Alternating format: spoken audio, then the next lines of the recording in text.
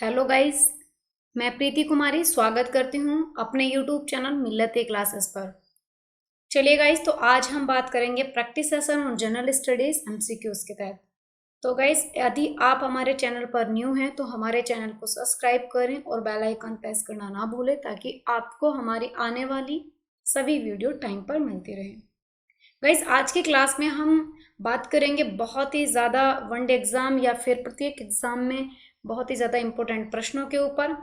तो चलिए गाइस, शुरू करते हैं और क्लास में या वीडियो को लास्ट तक देखिएगा। पसंद आती है तो लाइक ज़रूर करिएगा।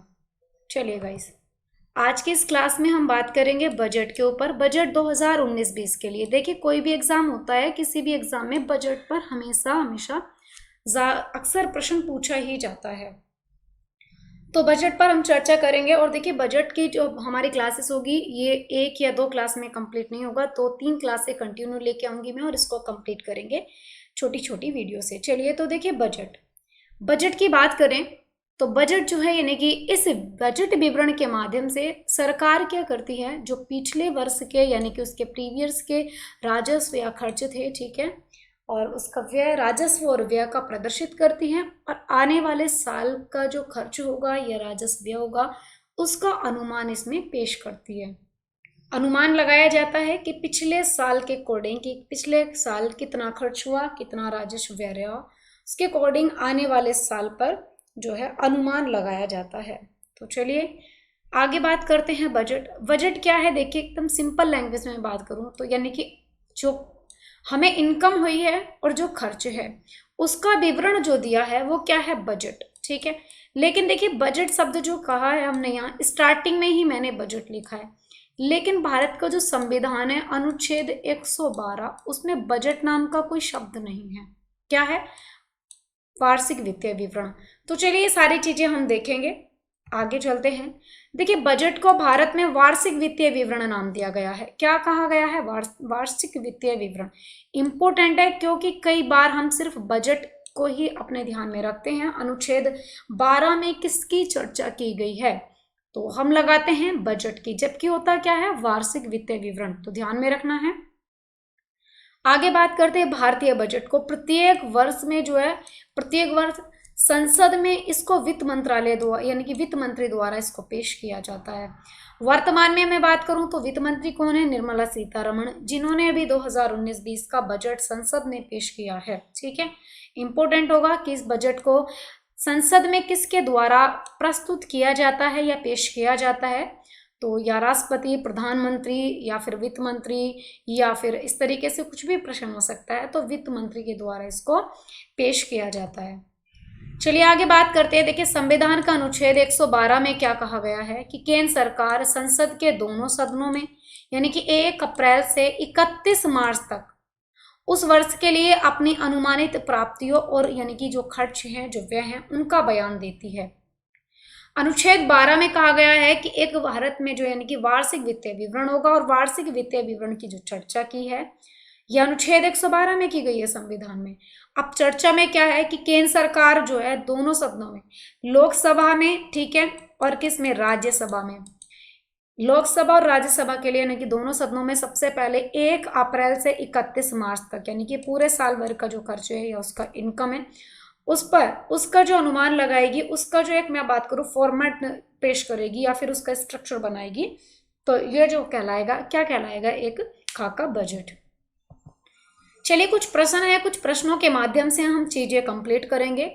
चलिए, पहला प्रश्न है कि अंतरिम बजट के रूप में भी जाना जाता है। तो अंतरिम बजट हम किसको बोलते हैं, लेखा अनुदान को या मिनी बजट को या फिर दोनों को या कोई नहीं। तो देखिए, अंतरिम बजट सही आंसर होगा, option C is the right answer, दोनों। लेखानुदान और मिनी बजट, देखिए लेखानुदान और मिनी बजट दोनों को ही हम अंतरिम बजट कहेंगे। अंतरिम बजट क्या होता है, ये क्या करते हैं, यानी कि कोई भी सरकार या फिर कोई भी मंत्री इसको लास्ट में पेश करता है। लेखानुदान यानी कि इसमें वोट टू अकाउंट भी आ जाता है और मिनी बजट भी इसमें पेश हो जाता है, यानी कि दोनों चीजें जाती हैं। किसी भी सरकार के आखिरी बजट को अंतरिम बजट कहा जाता है या फिर वोट ऑन अकाउंट यानी कि वोट ऑन अकाउंट या फिर मिनी बजट। तो दोनों वर्ड किसके लिए दिए गए हैं, अंतरिम बजट के लिए, ठीक है। चलिए आगे बात करते हैं, इंपॉर्टेंट है सारे के सारे प्रश्न, ठीक है। अगला प्रश्न है कि संविधान के किस अनुच्छेद में बजट की परिकल्पना की गई है?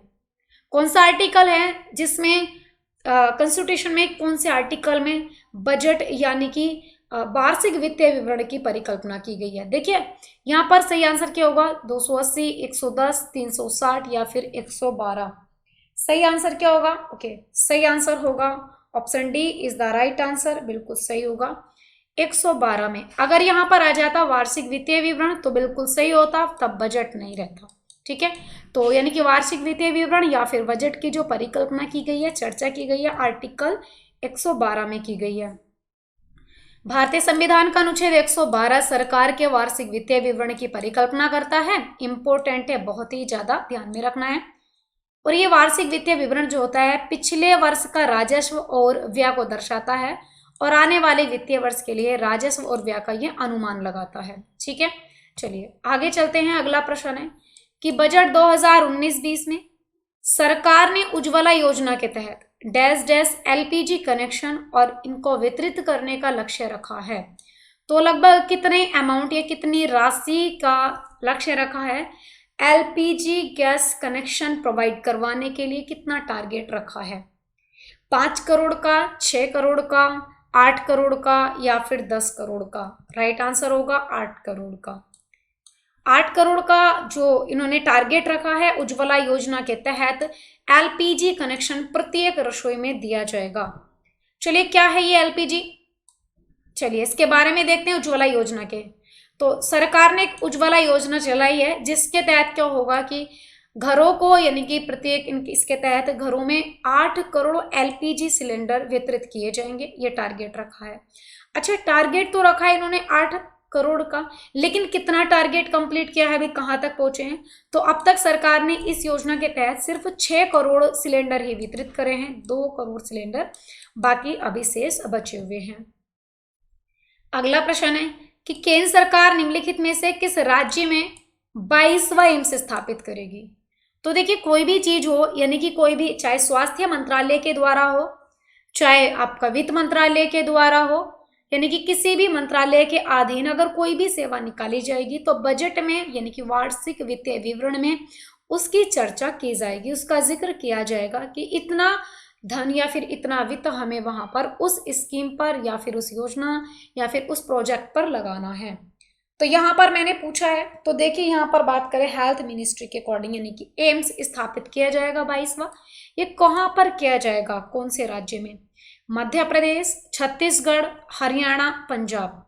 सही आंसर होगा हरियाणा। हरियाणा में जो है यानी कि 22वां एम्स स्थापित किया जाएगा, ध्यान में रखना है। चलिए अगला प्रश्न है कि वित्त वर्ष 2019-20 के लिए राजकोषीय घाटे के लक्ष्य यानी कि जीडीपी के संदर्भ में क्या है? तो यानी कि राजकोषीय घाटे की दर या राजकोषीय घाटे का अनुमान कितना लगाया गया है? 2019 की 19 और 20 की जो है बात करी गई है 3.1%, 3.4%, 3.5% या फिर 4.4%। सही आंसर क्या होगा? Option B is the right answer, यानी कि 3.4% अनुमान लगाया गया है राजकोषीय घाटे के लक्ष्य के लिए। ठीक है, अच्छा ये लगाया गया है 2019-20 के लिए जो राजकोषीय घाटे का लक्ष्य रखा गया है ये सकल घरेलू उत्पाद यानी कि बात करें जीडीपी के तहत रखा गया है कितना? 3.4%। जबकि आने वाला जो वर्ष है ये तो अभी वर्तमान के लिए लगाया गया 19-20 के लिए, लेकिन 20-21 के लिए जो है सकल घरेलू उत्पाद के तहत कितना अनुमान लगाया गया है? 3.1% का अनुमान लगाया गया है। चलिए आगे बात करते हैं कि बजट 2019-20 में सरकारी व्यय का सबसे बड़ा मद क्या है? तो सरकारी व्यय का सबसे बड़ा मद क्या होगा? ऋण भुगतान, रक्षा व्यय या फिर योजनाओं, केंद्रीय योजनाओं पर व्यय या फिर करों और जो टैक्स हैं यानी कि टैक्स और यानी कि कर और शुल्क के राज्यों में हिस्सेदारी। तो सही आंसर होगा option 4 is the right answer. बिल्कुल, करों और शुल्क में राज्यों की हिस्सेदारी जो होगी ये 2019-20 में सरकारी व्यय का सबसे बड़ा मद साबित होगा। आगे बात करते हैं चलिए कि बजट 2019-20 में सरकारी व्यय का सबसे बड़ा मद और करों का शुल्क में राज्यों का हिस्सा होगा। अच्छा, केंद्र सरकार को जो है यानी कि केंद्र सरकार को कर और शुल्क के रूप में अपने कुल खर्च का कितना 23% देना होगा। कर में और शुल्क में कितना वो देना होगा 23% इसको देना होगा। ठीक है, चलिए आगे बात करते हैं। अगला प्रश्न है कि 2019-20 के बजट में केंद्र सरकार की आय का सबसे बड़ा मद क्या है। देखिए वहां पर क्या था, वहां पर उसने व्यय के लिए पूछा था और अभी किसके लिए पूछा है, इनकम के लिए, यानी कि आय का इनकम सोर्सेस में पूछा है। तो जीएसटी होगा या निगम कर होगा या फिर उधारी और अन्य दायित्व होंगे या फिर जीएसटी और निगम कर दोनों होगा। सही आंसर क्या होगा, option D is the right answer. बिल्कुल सही बात होगी कि जो जीएसटी है और निगम कर, जीएसटी निगम कर जो है ये दोनों ही केंद्र सरकार की आय का सबसे बड़ा मद साबित होंगे। चलिए देखते हैं, चर्चा करते हैं इस पर। अब बजट 2019-20 में सरकार की जो राजस्व प्राप्ति की सबसे बड़ी वस्तु है क्या है, जीएसटी और निगम कर। इनकम सोर्सेस की बात करूं तो सबसे ज्यादा जो इनकम सोर्सेस में निकल करके आया है तो जीएसटी और निगम कर दोनों निकल करके आए हैं। तो सरकार को प्रत्येक कर से कितना 21% एंड 21% आय प्राप्त होगी। किससे, देखिए जीएसटी निगम कर से, दोनों से मैं बात करूं यहाँ पर कितनी 21 एंड 21% जो है यहाँ पर इनको इनकम इससे जो है यानी कि ये प्राप्त कर पाएंगे। चलिए इंपॉर्टेंट पॉइंट है बहुत ही ज्यादा, ठीक है, ध्यान में रखने हैं दोनों के दोनों। चलिए अगला प्रश्न है कि केंद्र सरकार द्वारा वर्तमान में कितना उपकर लगाया जाता है। बहुत ही ज्यादा इंपॉर्टेंट है क्योंकि कुछ लोगों को इस उपकर के बारे में पता ही नहीं होगा कि उपकर कितने प्रकार या किन किन चीजों पर लगाया जाता है। चलिए पहले तो कितना उपकर लगाया जाता है, 0.5% या फिर 3.3%, 3.5% या फिर 4%। सही आंसर क्या होगा, 4%। कितना कर लगाया जाता है, 4% उपकर। अच्छा, उपकर कितने प्रकार के होते हैं, चलिए बात करते हैं। तो भारत में 5 प्रकार के उपकर लगाए जाते हैं। इंपॉर्टेंट है, कितने प्रकार के हैं, 5 प्रकार के। कौन कौन से उपकर हैं, देखिए इंफ्रास्ट्रक्चर सेस, ठीक है, एंड एजुकेशन सेस यानी कि शिक्षा सेस या फिर यानी कि स्वच्छ भारत सेस और Krishi Kalyan cess, health and education cess. तो इंफ्रास्ट्रक्चर एक, दूसरा है यहाँ पर शिक्षा सेस, तीसरा है स्वस्थ भारत सेस और फोर्थ है कृषि कल्याण सेस और फिफ्थ है हेल्थ एंड एजुकेशन सेस। तो ये जो है 5 प्रकार के जो कर है यानी कि टैक्सेशन लगाए जाते हैं। इन सभी सेस का कुल दर कितनी है टोटल, तो टोटल ऑफ, अक्सर आपसे टोटल ऑफ पूछेगा कितने प्रकार के, और इंपॉर्टेंट है कि ये कौन कौन से हैं, ध्यान में रखना है। और कितना है, 4% है। चलिए आगे बात करती हूँ कि देश में गायों के कल्याण के लिए कौन सी आयोग स्थापित की जा रही है या की जाएगी। तो भाई गायों के कल्याण की बात हुई है तो कौन सी आयोग स्थापित की जाएगी, राष्ट्रीय कामधेनु आयोग, राष्ट्रीय गौ सेवा आयोग, राष्ट्रीय गोकुल आयोग या फिर राष्ट्रीय गो आयोग। सही आंसर क्या होगा, सही आंसर होगा option A is the right answer, राष्ट्रीय कामधेनु आयोग। एक मैं बात करूं यानी कि यहाँ पर राष्ट्रीय कामधेनु आयोग जो यानी कि समिति या फिर यहाँ बात करूं इसकी, तो ये जो है आयोग, ठीक है, तो इसमें देश में जो गायों के कल्याण के लिए राष्ट्रीय कामधेनु आयोग को स्थापित किया जा रहा है। अगला प्रश्न है कि भारत स्टार्टअप का डैश डैश सबसे बड़ा हब बन गया है। तो कौन से नंबर का हब बना है, तीसरे नंबर का, दूसरे नंबर का, चौथे नंबर का या छठे नंबर का। सही आंसर क्या होगा, option B is the right answer. ये कौन से नंबर का बना है, तो भारत स्टार्टअप का जो बना है ये 2nd नंबर का हब बन चुका है भारत हमारा। अगला प्रश्न है कि परिचालन हवाई अड्डे की संख्या किस राज्य में नवीन हवाई अड्डे यानी कि जो नवीन हवाई अड्डे हैं उनको चालू होने के साथ साथ 100 क्रॉस यानी कि 100 पार कर गई है। तो नागालैंड हवाई अड्डे, मणिपुर, सिक्किम या मिजोरम, कौन से राज्य में नवीन हवाई अड्डे चालू हो चुके हैं जिससे कि इनकी संख्या 100+ हो चुकी है। सही आंसर होगा सिक्किम। देखिए सिक्किम राज्य के नवीन हवाई अड्डे जो है ये चालू हो चुके हैं जिससे कि इनकी संख्या कितनी क्रॉस कर चुकी है, 100 क्रॉस कर चुकी है। अगला प्रश्न है कि निम्नलिखित में से कौन ऑपरेशन ग्रीन के मिशन से संबंध रखता है। ऑपरेशन ग्रीन की बात करिए तो क्या होगा, टमाटर, प्याज, आलू या फिर टमाटर, मिर्च, आलू या फिर दाल, प्याज, आलू या फिर टमाटर, दाल और चावल। सही आंसर क्या होगा, option A is the right answer.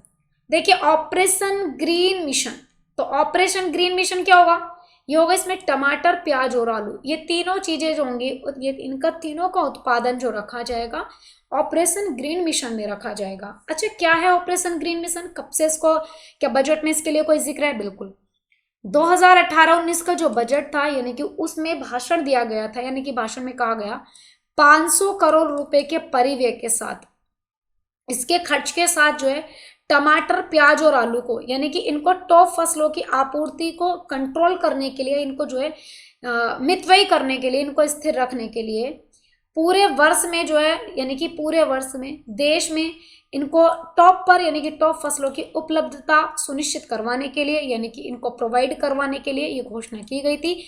कितनी राशि इसके लिए दी गई है? तो 500 करोड़ रुपए जो हैं इस पर खर्च किए गए हैं। चलिए आगे बात करते हैं। अगला है, यानी कि आगे इसमें खाद्य प्रसंस्करण उद्योग मंत्रालय ने इस योजना को शुरू भी किया था। तो इंपॉर्टेंट रहेगा कि किसने इस योजना को शुरू किया था, ध्यान में रखना है। चलिए आगे बात करते हैं। सरकार ने अगले 5 वर्षों में कितने डिजिटल गांवों के निर्माण का लक्ष्य रखा है? तो भाई सरकार ने जो है अगले 5 वर्षों के लिए कितने डिजिटल गांव बनाने का टारगेट रखा है? 50,000, 75,000, 1 लाख या फिर 2 लाख? सही आंसर होगा 1 लाख गांवों को, लगभग 1 लाख गांवों को सरकार ने 5 वर्षों में डिजिटल बनाने का लक्ष्य रखा है, कि टारगेट है कि 1 लाख गांव 5 वर्षों में डिजिटल बनाए जाएंगे। चलिए आगे बात करते हैं।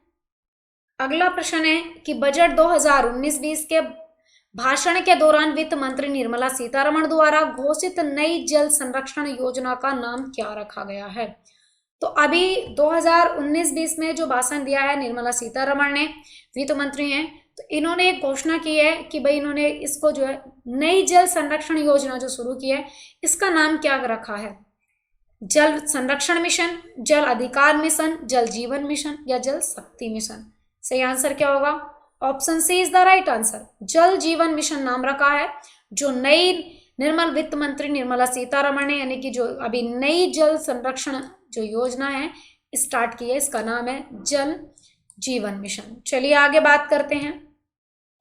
इसी में मैं बात करूं तो निर्मला सीतारमण ने 2014 तक सभी ग्रामीण परिवारों को, जो गांव में रहने वाले सभी ग्रामीण परिवारों को हर घर जल लक्ष्य हासिल करने के लिए जल शक्ति मंत्रालय के तहत जल जीवन मिशन योजना की घोषणा की है।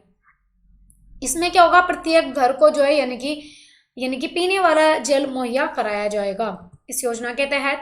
आगे बात करूं, इन्होंने क्या करा है, वित्त मंत्री निर्मला सीतारमण ने बताया है कि 1592 महत्वपूर्ण और यानी कि अति शोषित ब्लॉक जल शक्ति अभियान के लिए पहचाने गए हैं, जो 256 जिलों में फैले हुए हैं। इंपॉर्टेंट है। चलिए आगे बात करते हैं। अगला प्रश्न है, बजट 2019-20 में घोषित किए गए नए टीवी चैनलों को किस सेक्टर के लिए लॉन्च किया जाएगा? तो भाई कौन से सेक्टर में इनको लॉन्च किया जाएगा? डिजिटल इंडिया में, मेकिंग में, स्टार्टअप में या शिक्षा में? सही आंसर होगा option C is the right answer, startup. तो देखिए स्टार्टअप में जो है इनको घोषित किया गया है, यानी कि जो नए टीवी चैनल हैं तो इनको जो है स्टार्टअप वाले सेक्टर में लॉन्च किया जाएगा। किस नंबर पर है स्टार्टअप में हमारा इंडिया? 2nd नंबर पर। चलिए इसके बारे में जिक्र करते हैं, थोड़ी सी चर्चा करते हैं। केंद्र सरकार ने डीडीटी गुलदस्ता चैनलों को जो है इसके तहत यानी कि स्टार्टअप के लिए एक नया टीवी चैनल शुरू कर दिया है। और आगे मैं बात करूं, ये जो चैनल है स्टार्टअप को बेहतर तरीके से अपनी पहल को मजबूत करने और उसको विकसित करने में क्या करेगा, उसके लिए हेल्पफुल होगा, उसको मदद करेगा। चलिए आगे बात करते हैं। अगला प्रश्न है कि निम्नलिखित स्वतंत्रता सेनानियों में से किस पर एक विश्व कोश विकसित किया जा रहा है? तो विश्व कोश विकसित किया जा रहा, भाई कौन से स्वतंत्रता सेनानी है जिन पर जो है एक विश्व कोश विकसित किया जा रहा है? वल्लभ भाई पटेल, सुभाष चंद्र बोस, चंद्रशेखर आजाद या फिर महात्मा गांधी? सही आंसर क्या होगा? सही आंसर होगा option D is the right answer, Mahatma Gandhi.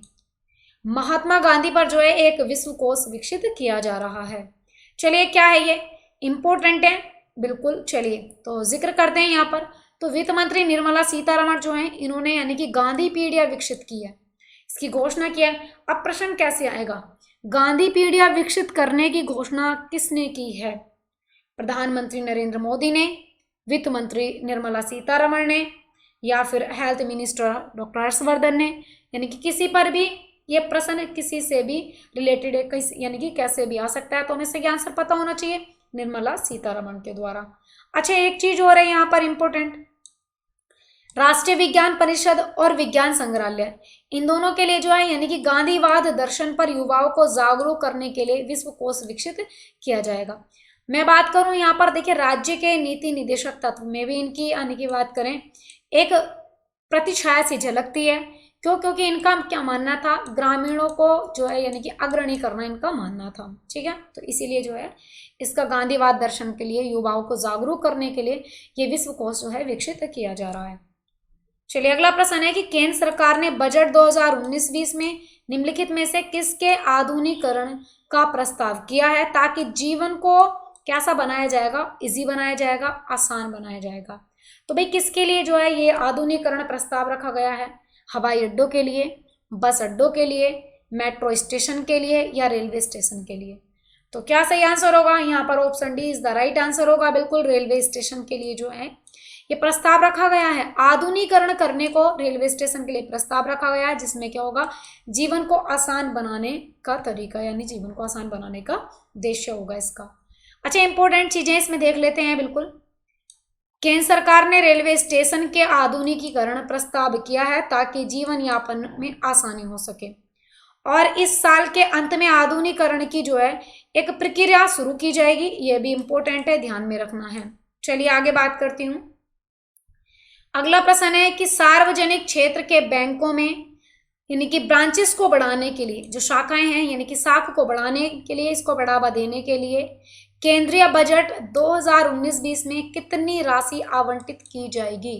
तो कितनी राशि आवंटित की जाएगी, हाँ भाई कितनी राशि आवंटित की जाएगी, तो 20,000 करोड़, 50,000 करोड़ या फिर 70,000 करोड़ या फिर 90,000 करोड़। सही आंसर होगा option C is the right answer. 70,000 crore रुपए की जो राशि है ये आवंटित की जाएगी कि जो सार्वजनिक क्षेत्र है वहां पर जो ब्रांचेस हैं उनको बढ़ावा दिया जाए, और जो मैं बात करूँ डिजिटलीकरण है यानी कि यहाँ पर उन चीज को जो यानी कि बैंकिंग प्रक्रिया वाली उसको जो है यानी कि बढ़ावा दिया जाए। केंद्रीय बजट 2019-20 में शाखा यानी कि ब्रांचेस को बढ़ावा देने के लिए जो है यहाँ पर इसके लिए सार्वजनिक क्षेत्र में बैंकों को 70,000 करोड़ रुपए का प्रावधान प्रस्ताव दिया गया है। और इम्पोर्टेंट है ये किसके लिए दिया गया है, आगे बात करूं तो बैंकों को प्रौद्योगिकी लाभ उठाने के लिए, ऑनलाइन व्यक्तिगत ऋण और डोर स्टेप बैंकिंग पेशकश करने, और यानी कि पीएसबी के ग्राहकों को यानी कि पीएसबी सेवाओं का उपयोग करने में सक्षम बनाने का काम इसके लिए सौंपा गया है। अगला प्रश्न है कि भारत में अनुसंधान को बढ़ावा देने के लिए निर्मला सीतारमण द्वारा घोषित शिक्षा संस्थान का नाम क्या है। क्या नाम है भाई, जो अभी वित्त मंत्री निर्मला सीतारमण ने एक शिक्षा संस्थान घोषित किया है, अभी एक इसको भारत में जो अनुसंधान है उनको बढ़ावा देने के लिए बनाया गया है। नेशनल रिसर्च फाउंडेशन या फिर नेशनल यानी कि नेशनल स्कॉलर्स फाउंडेशन या फिर रिसर्च इंस्टीट्यूट ऑफ इंडिया या फिर ऑल इंडिया रिसर्च इंस्टीट्यूट।